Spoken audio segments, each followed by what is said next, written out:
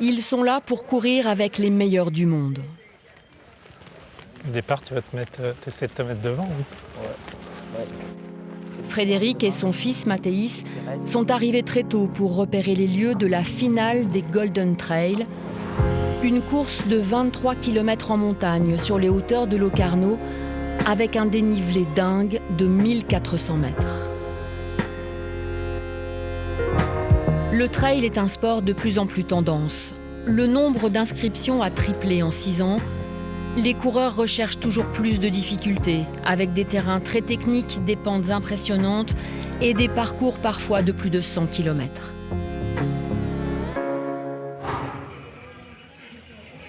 Comme tous les trails, la course est ouverte aux professionnels et aux amateurs. De quoi allécher les fans de ce genre d'exploit. Frédéric et son fils n'ont pas résisté. Ils ont attrapé depuis longtemps le virus de la course à la performance. C'est des challenges personnels de faire ça en fait. Mais il y a une grande satisfaction à se fixer un truc inaccessible en fait, et puis faire tous les entraînements qu'il faut, toute l'année, et puis arriver à aller au bout, c'est une grosse satisfaction quoi. C'est la première fois, j'ai déjà fait des distances aussi grosses, mais pas en officiel comme ça, et pas avec autant de dénivelé. Frédéric, lui, n'en est pas à sa première course. Cela fait 25 ans qu'il pratique les courses de longue distance. En homme averti, il sait qu'il faut tester les parties les plus délicates, histoire d'évaluer les difficultés, histoire de se préparer à avoir mal. C'est hyper raide là, ouais.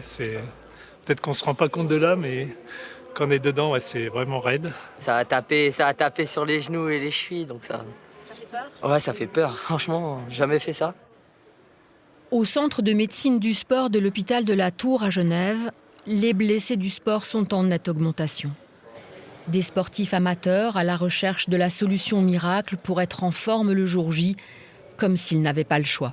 Les amateurs deviennent de plus en plus pros sans être pros. C'est-à-dire qu'ils ont un job à côté, ils sont occupés, ils n'ont pas les moyens de s'entraîner, ni l'environnement pour s'entraîner, le coaching et tout ce qu'il faudrait pour être vraiment pro. Par contre, ils aspirent à des performances XXL. C'est peut-être ça ce qu'on constate le plus. Est-ce qu'il y a des conséquences sur ces amateurs qui en veulent toujours plus ? Oui, clairement. Dès le moment où on arrive dans des sports à rallonge, les sports d'endurance, les ultras et ces choses-là, on va consacrer de plus en plus de temps à pratiquer cette activité-là, alors qu'on a de moins en moins de temps pour récupérer et pour s'y préparer correctement. Donc, on va au-devant des problèmes. Et ça veut dire les blessures. Après, on peut faire des étirements.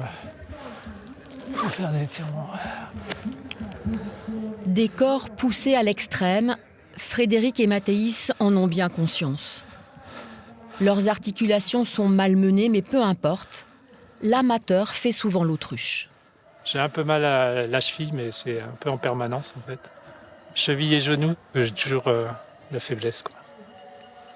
Et ça m'est déjà arrivé à une course que ça s'amplifie et il y a un moment, la douleur, le genou il se bloque et j'ai l'impression d'avoir des petits bobos tout le temps de toute façon, donc j'y vais quand même, mais quitte à finir en marchant, ça passera.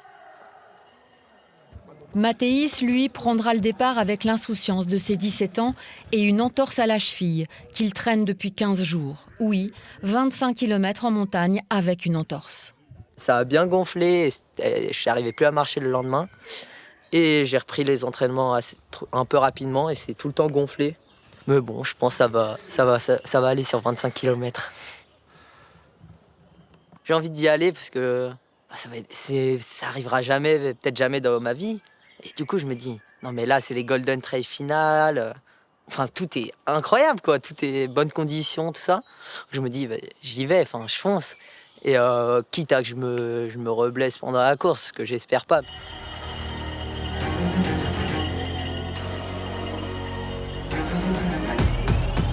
Les femmes partent les premières.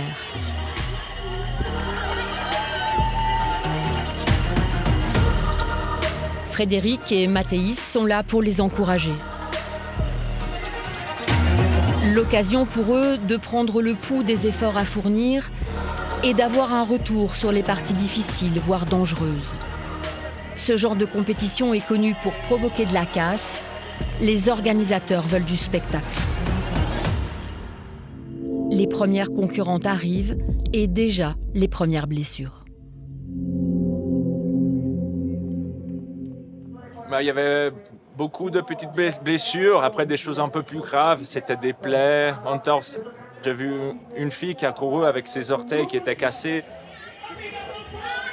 Elle n'a pas quitté parce que c'était la finale, quoi. It happened like halfway through. No. Yeah. So did you just dropped? No, I kept running. You finished it? Oh my gosh. Oh, I fell 5 times. No way. So I did like this and then my back. Oh my goodness.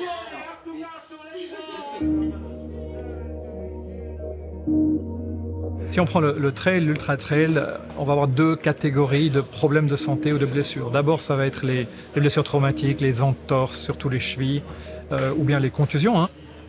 Après, l'autre catégorie, c'est plutôt les surcharges. Donc les blessures au niveau des tendons, des muscles, les courbatures, les crampes, les tendinites, ce genre de choses qui sont très très présentes dans ce genre de pratique parce qu'on fait beaucoup, quoi, et on demande beaucoup à un appareil musculaire et tendineux qui n'est pas totalement prêt.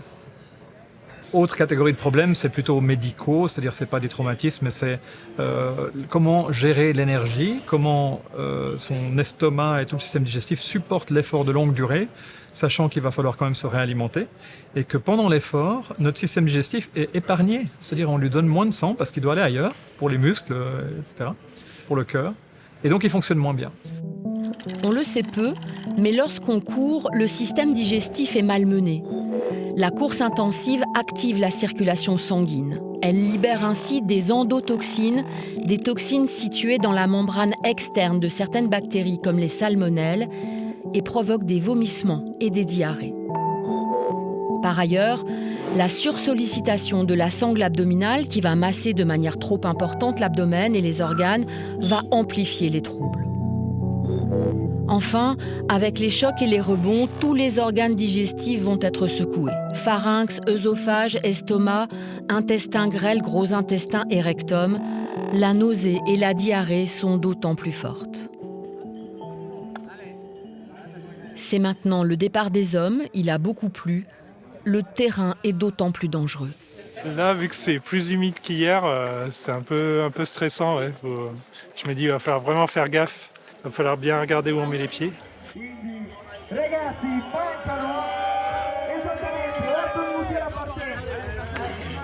Les professionnels qui vont partir à 23 km/h, t'es en mode... C'est incroyable. Je vais essayer de me placer un peu à l'avant, justement, pour être avec eux, peut-être prendre des photos. Mais parce que c'est un truc... Vous êtes inquiet pour Mathéis ? Ouais, parce que sa cheville, elle est quand même gonflée déjà. Il n'a pas bien récupéré d'avant, du coup. Puis je sais qu'il va vouloir partir vite. Et j'ai peur qu'il se fasse une cheville dès le début, en fait.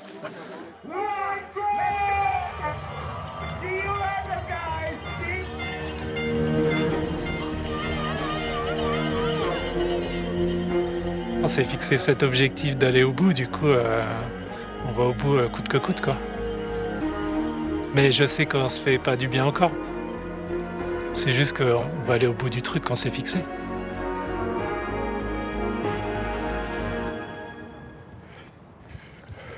Toujours plus vite, toujours plus haut, toujours plus fort. La quête de l'exploit emporte le corps au-delà du supportable. Alors pourquoi ? Nous avons cherché une réponse avec un homme hors du commun, Christian Faton, l'homme qui veut battre des records. Au début, j'ai commencé par les courses de côte. Donc, après, je me suis mis un peu au marathon. Et gentiment, je suis monté les distances, 50, 100 km, des ultra-trails, du 24 heures, 48 heures, du 6 jours, le tour du Mont Blanc, des courses par étapes de 64 jours. J'ai goûté un peu à tout, quoi. J'étais toujours un peu un bouffeur de kilomètres. Je faisais minimum mes 125 km par semaine. Alors cette année, mon but, c'est d'avoir plus de 7000 km de compétition. Et je me suis fixé cet objectif un peu débile parce que j'ai vu que certains, ils faisaient les autres années 5-6 000 km de compétition. Puis j'ai voulu voir si c'était possible. Vous me disiez que c'était un objectif un peu débile. Pourquoi vous dites ça ? Parce que physiquement, si on n'est pas habitué à un gros volume, le corps ne va pas tenir. On risque des blessures. Et puis mentalement, certains, ils font une course de 200 kg, il leur faut 6 mois pour récupérer. Moi, j'ai cette chance que ce qu'il y a derrière, c'est derrière, et je regarde toujours en avant, quoi. Mais je sens quand même que le mental joue un grand rôle, et après chaque week-end, quand même, je sens que je deviens hyper émotif, quoi. Puis ça, je sais que c'est de la fatigue un peu anormale, quoi, un peu beaucoup de fatigue, quoi. Donc j'essaie de beaucoup dormir, mais je sens quand même que là, je suis pas loin de mes limites, quoi. Faut pas jouer au fou, quoi.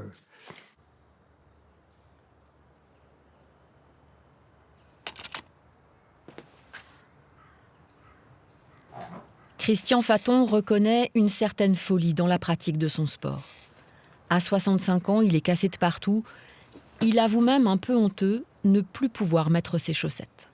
J'ai eu des inflammations dans les pieds, une fissure dans le péroné, un peu d'arthrose dans les genoux. Des fois, les mollets ont claqué. J'ai eu des fissures au sacrum de chaque côté, des séries de lumbago. Les dorsales qui sont tassées, ça vient clairement de la course à pied. J'ai eu des inflammations dans les côtes, les courses par étapes, on entendait comme du gravier. À force de porter des fois la gourde comme ça, les épaules, pareil, j'ai dû me faire opérer d'une épaule, là, parce que c'était aussi un peu le début d'arthrose, quoi. Ouais, un peu tout le long du corps, il y a eu quelque chose, quoi. Puis j'en oublie encore.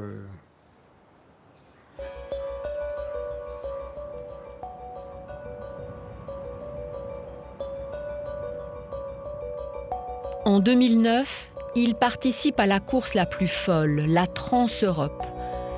4487 km en 64 jours entre l'Italie et la Norvège.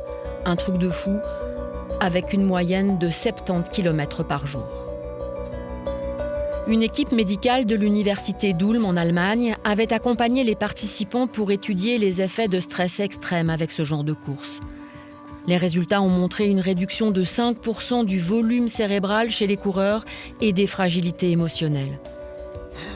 15 ans après, Christian s'en souvient comme si c'était la veille. Je chope 2 claquages, comme 2 coups de poignard dans la cuisse, là, à Rimini, dans une descente. Et je finis les 35 derniers kilomètres, vraiment, je sais pas comment.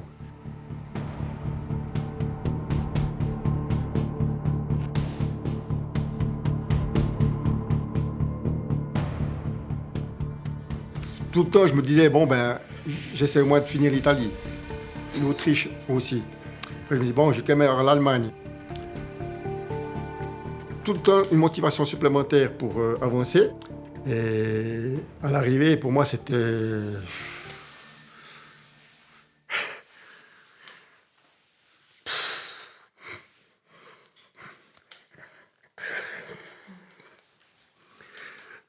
un cri de joie. Je suis désolé, mais... Parce que là, vous alliez au-delà de ce que le corps permettait d'aller? Ouais, complètement au-delà. C'est con, mais à chaque fois que j'y pense, ça me fait ça. Hein. Ouais, c'est un cri de joie, et puis après, il y a une barrière, là, et puis je m'affale là-dessus, là, puis... je commence à... Et puis j'ai les nerfs qui lâchent, quoi. Comme toujours. C'est con, hein, mais... Cette année, il n'y a pas de nom. Dans ces moments d'hypersensibilité, évidemment, l'entourage est essentiel. Le péché, là, il faut que je le taille. Sa femme l'accompagne sur toutes les Je ne courses. sais pas si je le taille ou pas. Par amour pour lui et par solidarité. Elle aussi court 100 km sur un week-end. Mais elle le dit, c'est parfois très difficile pour elle de le voir dans de tels états physiques et psychiques. C'est lui qui décide quand il ne peut plus courir. Je sais que son seuil de souffrance est assez élevé. Il va tout essayer pour courir. À un moment donné, si ça devient vraiment trop grave, c'est possible qu'il va décider lui-même d'arrêter. Mais C'est pas comme ça que quelqu'un lui dit d'arrêter, il arrête. Ça fonctionne pas comme ça. Même si c'est un médecin qui lui dit il faut arrêter. Ouais, il a déjà entendu des choses comme ça dans le passé. Et il n'arrête pas. Non. On comprend que vous avez beaucoup souffert pendant Ah cette ouais. Mais Et ce qu'on comprend moins, c'est pourquoi vous voulez recommencer. ouais, j'espère moins souffrir, mais j'espère quand même vivre l'émotion de la fin.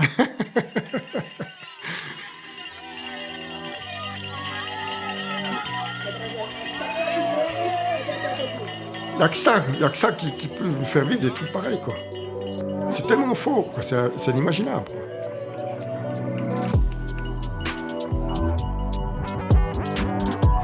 Mathéis réussit un exploit. Il termine sa course en 2h35, un temps fabuleux pour un amateur, une demi-heure avant son père.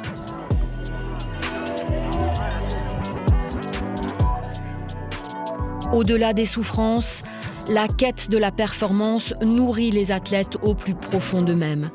Ces moments d'émotion intense, on s'en souvient toute la vie. Un moteur stimulant pour sans cesse repousser les limites.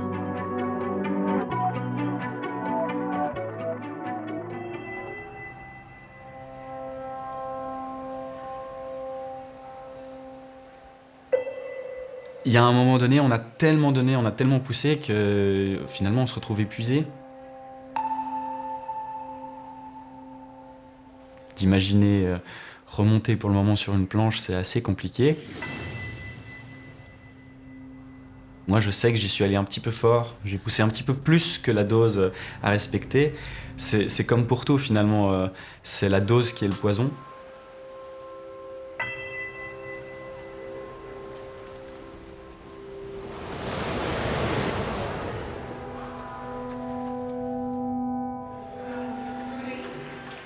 Il a été 70 fois champion suisse. La première fois, Guillaume Dutoit n'avait que 17 ans. Et depuis, les succès s'enchaînent. 4e au championnat d'Europe, 4e au championnat du monde. Un palmarès impressionnant pour ce garçon touchant qui rêvait de Jeux Olympiques. À 8 ans, j'étais vraiment ultra motivé. J'avais mon grand frère qui en faisait. Je voyais ces grandes personnes faire des choses incroyables depuis les plongeoires. Et c'est venu très vite, le rêve des Jeux Olympiques, de performer au maximum. C'était l'objectif ultime.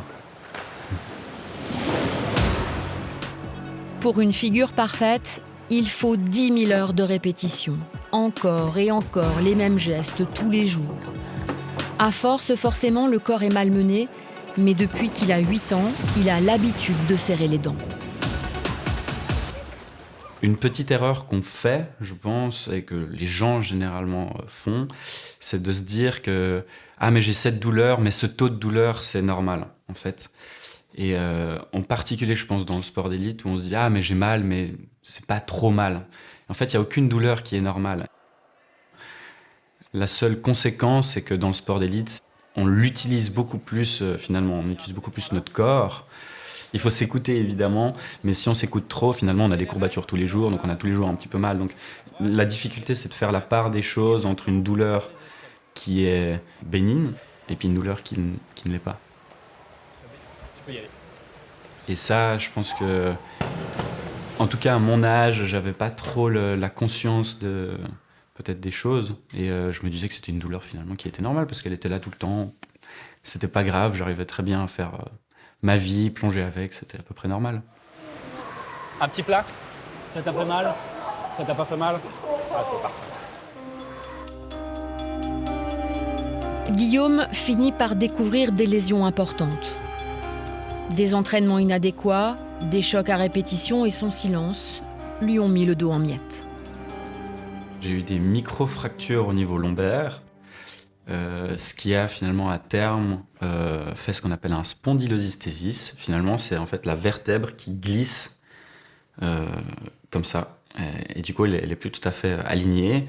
Et puis finalement, en l'usant un petit peu, en allant finalement dans une mobilité qui était un petit peu trop forte, j'ai usé le disque qui est là pour faire amortisseur.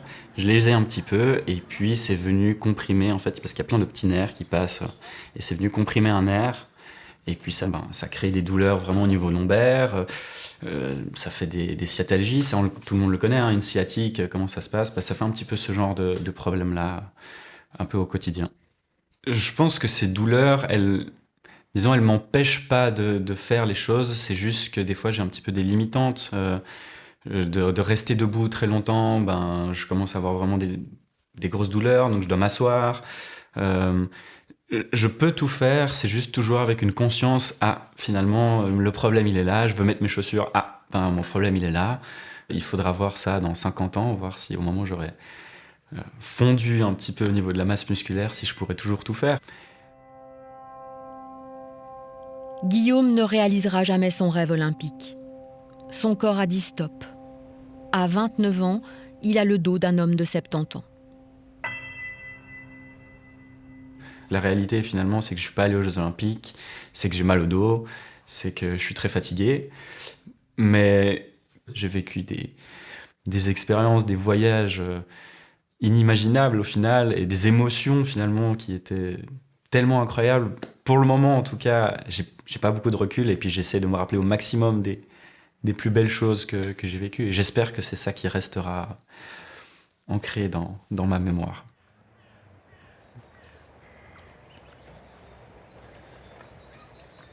Quand on entend Guillaume et qu'on est un athlète d'élite, peut-on alors rêver de médailles sans se casser ?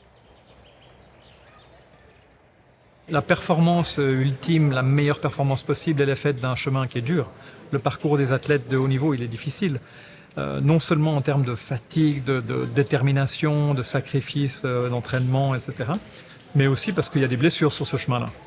Et ces blessures ont parfois des conséquences qui peuvent interrompre une carrière, qui peuvent aussi avoir des conséquences à plus long terme. On peut avoir eu de grands succès et en ressortir, certes avec des médailles, mais avec des blessures qui restent. Pensons au skieur Lindsey Vonn, par exemple, s'est beaucoup exprimé là-dessus, avec multiples opérations de genoux. Aujourd'hui, son genou lui fait mal, mais elle a toutes ses médailles.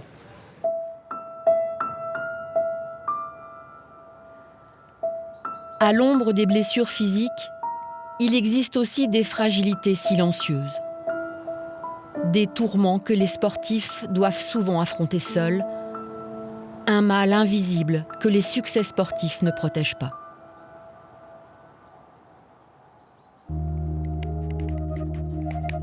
La santé mentale des athlètes est encore taboue, presque anachronique au regard des corps musclés, des corps gagnants.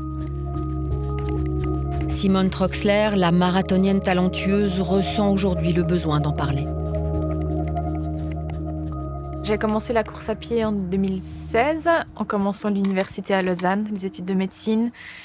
Et en fait, pour me vider la tête, j'avais envie d'être dehors, de me dépenser, de rencontrer des gens. Et du coup, Paris d'amis, 2017, faire le marathon de Lausanne. Et je me suis lancée. J'avais pas de montre, je savais pas quelle allure, je savais même pas vraiment ce que c'était une allure. Et pour moi, je voulais juste me dire que j'avais couru une fois un marathon dans ma vie. Le premier marathon de sa vie est irréel, elle termine 3e. 2 ans plus tard, elle recommence et elle le gagne.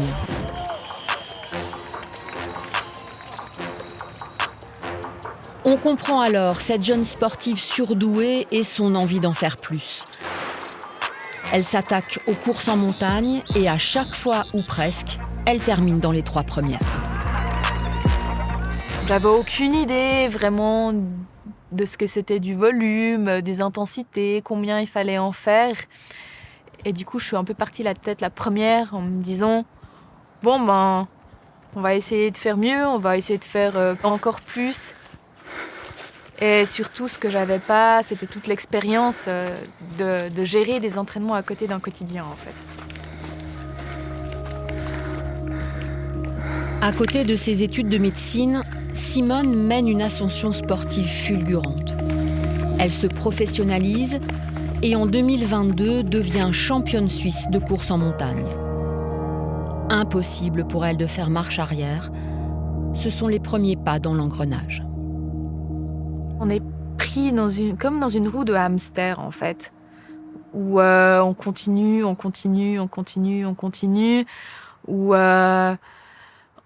en fait, on voit plus vraiment la réalité où c'est très très dur de s'arrêter parce qu'on n'a pas envie de voir en fait comme quoi on s'épuise ou on s'autorise pas. Donc une fois, un jour, on arrive à un entraînement et en fait on commence à pleurer parce qu'on peut plus, parce qu'on a peur de l'entraînement, on a peur de pas réussir, parce qu'on sent que on n'a plus l'énergie, que ce soit physique mais aussi mentale, de tout le temps se pousser. On n'a plus l'énergie mentale aussi de pousser son corps alors qu'il veut plus. C'est complètement débile. Mais parfois, je me suis même mise à espérer d'être blessée pour justement réussir à sortir de ces trous. Simone est cassée de l'intérieur. Elle ne le sait pas encore. Elle est en burn-out. C'est une période qui reste très noire, en fait. J'en suis arrivée à un point où j'arrivais plus à avoir un quotidien normal, où j'ai dû prendre de l'aide aussi psychologiquement, où j'ai dû faire un break de tout, un break au niveau du travail, un break aussi sportif, et où il m'a fallu bien 1 an et demi, voire 2 ans, c'est-à-dire maintenant, pour retrouver en fait de l'énergie, pour retrouver de nouveau le plaisir à courir, aussi du plaisir dans la vie de tous les jours. Je pense que ce qui m'a aidée, c'est justement parce que j'étais au fond et puis que je me disais, mais en fait, c'est pas la vie dont j'ai envie.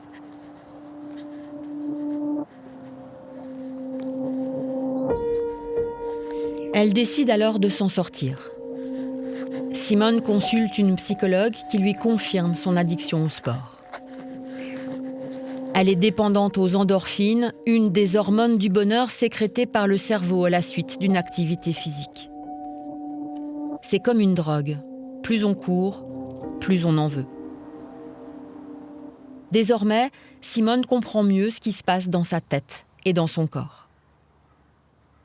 Mais ça, maintenant, je pense que j'arrive à le reconnaître. Où en fait, je sens tout de suite quand j'ai eu un entraînement qui s'est vraiment super bien passé, où il y a eu des intensités, où on a de nouveau ces endorphines, et où après, je suis dans un état d'euphorie. C'est très très cool. D'ailleurs, c'est aussi pour ça qu'on aime ce sport. Mais après, je me dis, Simone, c'était bien. Mais maintenant, savoure que c'était bien. Et tu vas pas refaire la même chose demain.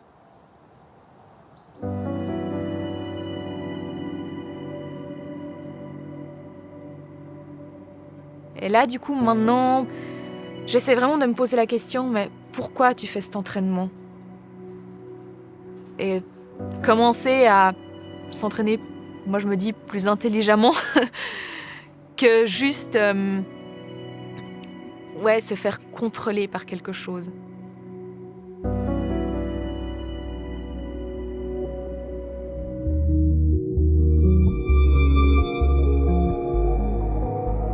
Le rêve qui est proche, c'est d'aller dans l'équipe nationale, mais c'est encore loin. Et après, c'est d'aller aux Jeux Olympiques.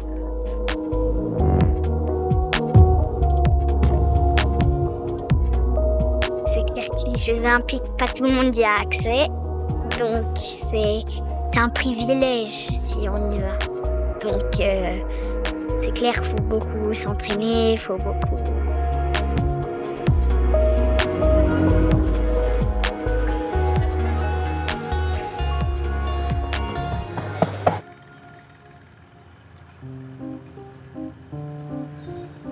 Ce sont des enfants comme les autres, mais des enfants particulièrement doués. Mélina et son frère pratiquent la gymnastique artistique à haut niveau.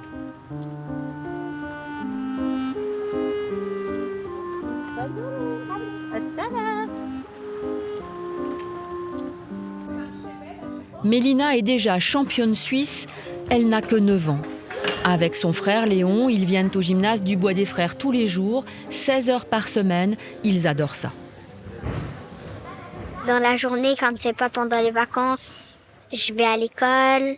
C'est comme on rentre à midi avec mon frère. On c'est un peu le moment de la journée où on a le temps de jouer, se reposer et comme ça. Et puis après, ça continue et le soir on dîne et on va se coucher.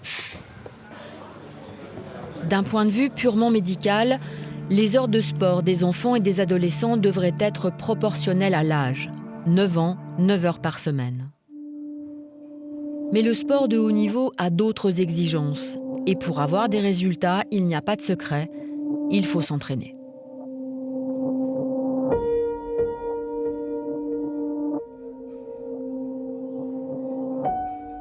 Les plus jeunes viennent 4 à 5 fois par semaine.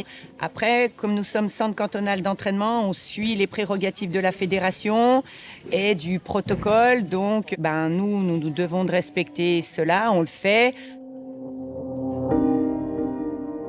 C'est malgré tout la discipline qui demande ce genre d'exigence. Pour pouvoir évoluer et être en sécurité, il faut faire le geste juste. Et effectivement, le geste juste, il s'acquiert par le temps de travail, la précision, et voilà. Quand on a 9 et 11 ans, les heures d'entraînement ne sont pas un problème. L'énergie à cet âge est débordante. Entre les médecins qui disent trop, les entraîneurs pas assez, les parents finalement restent les seuls garants de la santé de leurs enfants. Ce sont eux qui les connaissent le mieux.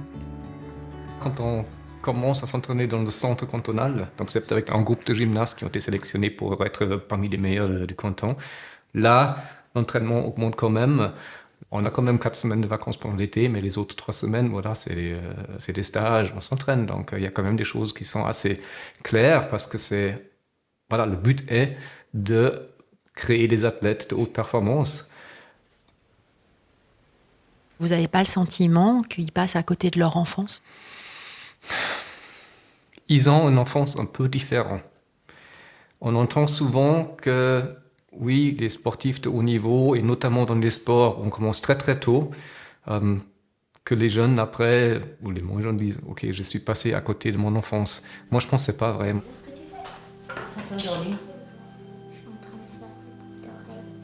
On apprend plein de choses qui servent pour toute la vie. La persévérance, l'organisation, l'attention aux détails, la concentration. Toutes ces choses-là, on remarque ça pas quand on est petit, mais on remarque ça après. On ne peut pas forcer les jeunes pour faire ce genre de choses. Ça doit venir d'eux-mêmes.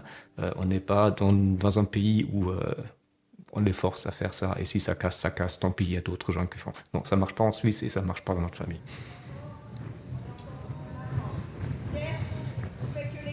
J'avais un peu peur en barre, mais maintenant plus trop. Après la poutre, juste un tout petit peu parce que c'est clair que des fois tu sais que tu y arrives, mais d'un autre côté t'es là. Quand t'es en bas de la poutre, tu te dis c'est bon, je vais y arriver. Et quand tu montes dessus, t'es là.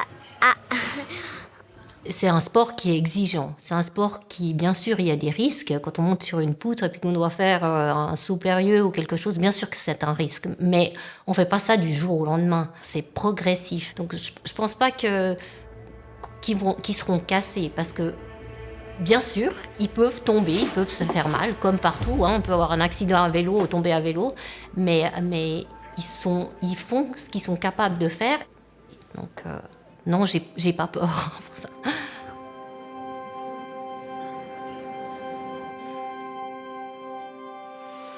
La gymnastique est un sport artistique avec son lot de blessures connues. Les chevilles, les poignets, les genoux, le dos sont particulièrement sollicités, des blessures souvent sans gravité. Pour les enfants et les adolescents, le risque est ailleurs. On a beaucoup de lésions de type surcharge. C'est plus de 50% de notre consultation au niveau de la surcharge de l'appareil locomoteur. C'est quoi ces blessures ? La lésion de surcharge, c'est l'accumulation de micro-traumatismes sur une articulation ou une zone en croissance, d'où le fait que ça arrive à l'adolescence, qui va s'accumuler et produire des lésions, surtout si on ne laisse pas le temps, c'est-à-dire des pauses suffisantes pour que le corps puisse régénérer spontanément ces lésions. Le temps de pause, il devrait être au minimum de 2 jours par semaine. C'est la moyenne basse, plutôt. Les 2 jours, c'est le minimum qu'il faudrait, ce qui n'est pas toujours respecté dans toutes les activités sportives.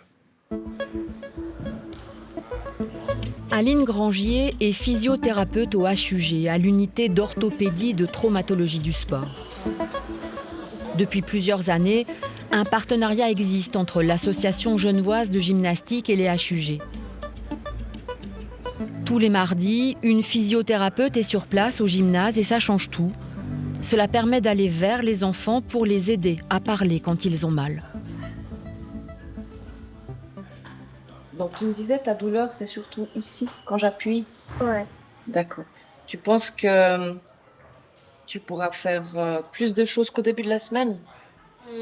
Bah oui, je pense que je peux faire plus de choses qu'au début de la semaine. Il faut vraiment amener l'enfant à ce que il prenne conscience de sa santé, de ce qui s'inflige, et que ça vienne vraiment de lui. Et ça, c'est très subtil, ça s'appelle de l'éducation thérapeutique, d'essayer de l'amener à prendre conscience et que ce soit lui qui prenne ses décisions. Alors, ils sont petits, on les aide à prendre des décisions, et de concert aussi avec les coachs. Génial. Alors, on va faire encore quelques fois avec ça.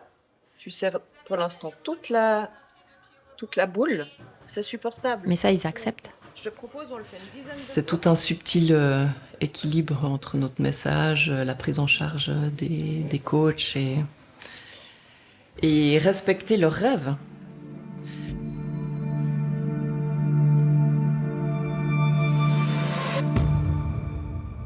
Personnellement, je passe beaucoup de temps à discuter avec les enfants le soir, quand on est au lit, quand il y a un moment de calme. Mais de discuter sur leurs sentiments, sur leur ressenti et sur des problèmes qui ont pu se passer dans la journée. Il faut écouter la fatigue des enfants aussi. Des fois, c'est simplement qu'ils ont besoin de se reposer, qu'ils ont besoin d'avoir un ou 2 jours sans aller à l'entraînement. Mais ça, c'est possible quand on fait de la gymnastique à haut niveau comme eux? Bien sûr.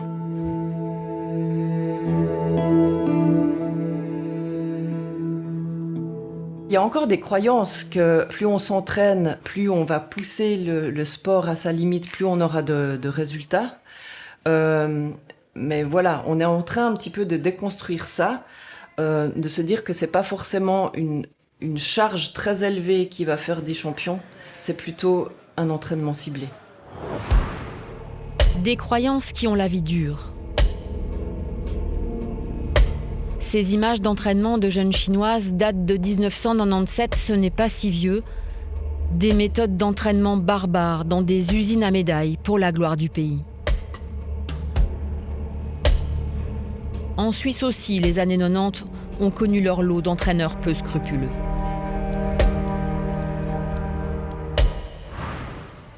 Mais l'époque a changé. Le MeToo du sport est passé par là. À Genève, les entraînements de gymnastique d'élite sont à des années-lumière des enfants chinois. On va essayer de les former techniquement et physiquement pour qu'elles soient aptes à réaliser les exercices qui vont les mettre en sécurité. On va apprendre de façon technique le geste juste. Mais pour aussi pouvoir faire le geste juste, il faut que le corps il soit prêt à ça. Donc notre première ligne directrice, c'est apprendre le geste juste, les former physiquement pour qu'elles puissent les réaliser, pour que tout ça soit fait dans une bonne progression et en sécurité. On leur dit qu'elles ont du potentiel, effectivement, et des qualités pour pouvoir bien évoluer. Maintenant, on ne leur part pas de Jeux Olympiques ou de Championnats du Monde parce que elles se mettent suffisamment la pression. Elles ont, déjà dans leur tête ce qu'elles ont envie. Je pense que c'est pas la peine de leur mettre ça. Est-ce que ça veut dire qu'il faudra choisir entre leur bien-être dans le sport et leur rêve de médaille, mais que les deux ne sont pas compatibles? Non, mais ça peut aussi que le bien-être d'un enfant mène au fait que cet enfant est plus performant. Et ça, c'est quelque chose que j'espère on va trouver, que c'est pas seulement en forçant des gens chaque jour, jusqu'au burn-out. En burn-out, on n'est pas efficace. On est efficace si on est content, si on a envie de faire des choses. C'est là où on s'investit. On est beaucoup plus performant si on a envie de faire quelque chose que s'il y a quelqu'un qui dit « maintenant fais ça ». Et j'espère qu'avec cette attitude qui est plus Europe de l'Ouest, plus Suisse, qu'avec cette attitude-là, on arrive aussi à créer des jeunes et des moins jeunes qui sont très très performants, qui peuvent concurrencer. Mais de toute façon, peu importe. Pour moi, en étant parent, C'est ce que je veux. J'ai pas envie que mes enfants ils subissent la pression de partout et à 13 ans, voilà, on ramasse un peu les miettes. C'est pas ça. Switzerland. En Suisse, la seule médaille olympique dans l'histoire de la gymnastique artistique féminine date de 2016, avec le bronze de Julia Steingruber.